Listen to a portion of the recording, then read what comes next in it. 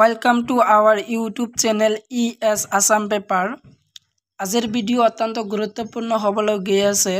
এই বৰ্ষত যিসকলে তোমালোকে BA ফাৰ্ষ্ট সেমিষ্টাৰত নিউ এডমিশন লৈছে তো হিসকলে কাৰণে আজিৰ ভিডিও অত্যন্ত গুৰুত্বপূৰ্ণ হয়।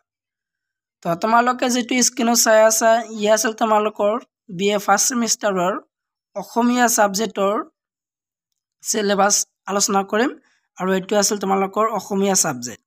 তো অসমীয়া সাবজেক্ট তোমালোকে ভালকৈ চাই লোৱা। তো এটো আছিল তোমালোকৰ অসমীয়া সাবজেক্ট আৰু অসমীয়া সাবজেক্টৰ নামটো তোমালোকে চাই লোৱা।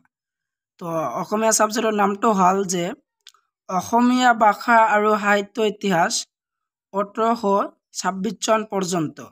আৰু তোমালোকৰ তলত কি লিখি দি আছে সেইখিনি তোমালোকে চাই লোৱা যে গুৱাহাটী বিশ্ববিদ্যালয়ৰ 4 বছৰীয়া স্নাতক পাঠ্যক্ৰম FYUGPৰ আধাৰত অসমীয়া বিষয়ৰ প্ৰথম গাণমানিকৰ কোৰ কোৰ্সৰ বাবে প্ৰস্তুত কৰা গ্ৰন্থ।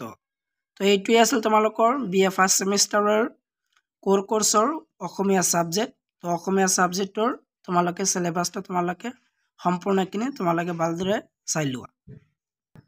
আৰু তোমালোকে ক্যামেৰা যিবিলাক চাই আছা এইবিলাক আছিল তোমালোকৰ সিলেবাস অসমীয়া সাবজেক্টৰ। তো ইউনিট নাম্বাৰ 1ত দি আছে তোমালোকৰ যে অসমীয়া ভাষা আৰু সাহিত্যৰ ইতিহাস 1826 চন পৰ্যন্ত ভাষিক আৰু সাহিত্যিক পটভূমি সাহিত্যিক আৰু সাহিত্যিক কৰ্ম। তো তোমালোকৰ ফাৰ্ষ্ট ইউনিটত পঢ়িব লাগিব যে ভাষিক আৰু সাহিত্যিক পটভূমি আৰু সাহিত্যিক আৰু সাহিত্যিক কৰ্ম। তো ইয়াৰ বিষয়ে তোমালোকৰ ফাৰ্ষ্ট ইউনিটত পঢ়িব লাগিব। আৰু সেকেন্ড ইউনিটত দি আছে তোমালোকৰ যে সেকেন্ড ইউনিট হল যে অসমীয়া আৰু প্ৰাক শংকৰী যুগৰ সাহিত্য। অসমীয়া আৰু প্ৰাক শংকৰী যুগৰ সাহিত্যৰ বিষয়ে তোমালোকৰ সেকেন্ড ইউনিটত দি আছে। তো নিৰ্বাচিত পাঠ কেইটা হল যে লোকগীতৰ ভিতৰত তোমালোকে পঢ়িব লাগিব যে একো আৰু হৰি বল মন ৰচনা কানায়ৰ পাৰ কৰা হে দুটা তোমালোকৰ লোকগীতৰ। আৰু চৰ্চা গীত হল যে উষা উষা পৰ্বত তুই হৰি বালি। আৰু আছে তাৰ পিছত দি আছে তোমালোকৰ বৰচণ্ডী দাস। তো বৰচণ্ডী দাসৰ পাঠত দি আছে বিজয় নাম বেলাতে। আৰু হিম সৰস্বতী লিখা পাঠটো হল যে প্ৰহ্লাদ চৰিত। আৰু মাধৱ কন্দলীয়ে লিখা পাঠ হল লংকাৰ বিৱৰণ। তো এইকেইটা তোমালোকৰ সেকেন্ড ইউনিটত পঢ়িব লাগিব। আৰু তোমালোকৰ থাৰ্ড ইউনিট লৈ যাও যেহেতু তোমালোকৰ 4টা ইউনিট দি আছে তো থাৰ্ড ইউনিটত তোমালোকে চাই লোৱা। তোমালোকৰ থাৰ্ড ইউনিটত দি আছে যে তোমালোকৰ থাৰ্ড ইউনিটত চাব লাগিব যে শংকৰদেৱ কালীন সাহিত্য। শংকৰদেৱ কালীনৰ সাহিত্যৰ তোমালোকৰ থাৰ্ড ইউনিট দি আছে। নিৰ্বাচিত পাঠ শংকৰদেৱ নাৰায়ণ কাহে বকতি কৰতেৰা।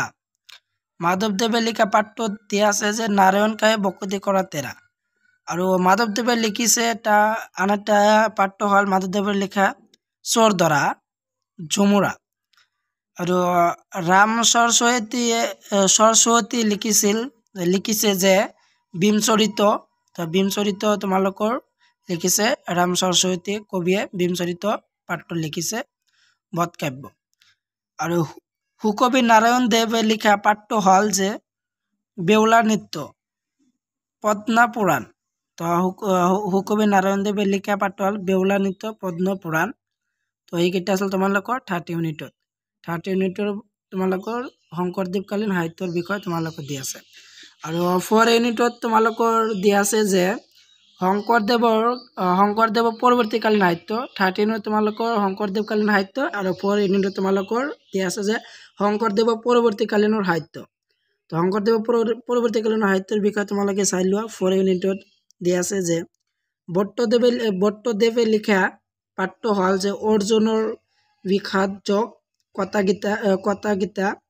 আৰু মহেশ্বৰ নেওগে লিখা পাঠটো হল গুৰু শিক্ষাৰ মণিকাঞ্চন সংযোগ গুৰুচৰিত কথা। মহেশ্বৰ নেওগে লিখা পাঠটো হল যে গুৰু শিক্ষাৰ মণিকাঞ্চন সংযোগ গুৰুচৰিত কথা। আৰু তোমালোকৰ সূৰ্য কুমাৰ ভূঞাই লিখা পাঠটো হল যে সূৰ্য কুমাৰ ভূঞাই লিখিছিল যে অসমৰ ৰণোদ্যম। তো অসমৰ ৰণোদ্যম লিখিছিল সূৰ্য কুমাৰ ভূঞা।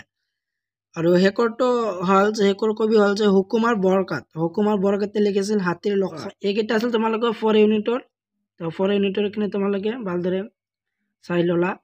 আৰু তোমালোকৰ তলত তোমালোকৰ দুটা পইণ্ট মন কৰিবলগীয়া আছে যে থিয়ৰী ক্ৰেডিট 4 আৰু প্ৰেক্টিকেল ক্ৰেডিট 0। তোমালোকৰ এই ছাবজেক্টে প্ৰেক্টিকেল নহয়, তোমালোকৰ 1 মাৰ্কৰ এক্সামিনেশ্যন হ'ব এইটো। আৰু তোমালোকৰ BA ফাৰ্ষ্ট ছেমিষ্টাৰ আছামিজ দুটা এক্সাম হ'ব। এটা এক্সাম হ'ব তোমালোকৰ 20 মাৰ্কৰ আৰু আন এটা এক্সাম হ'ব তোমালোকৰ 60 মাৰ্কৰ। থিয়ৰী মাৰ্ক 60 আৰু তোমালোকৰ ইণ্টাৰনেল এক্সামিনেশ্যন বা ছেছনেল এক্সাম 20 মাৰ্কৰ হ'ব। মোৰ তোমালোকৰ 100 মাৰ্কৰ এই ছাবজেক্টৰ এক্সাম হ'ব। এই ভিডিঅ' সম্পূৰ্ণ ভিডিঅ' চাই থকাৰ বাবে তোমালোকক সকলোকে ধন্যবাদ জনাওঁ।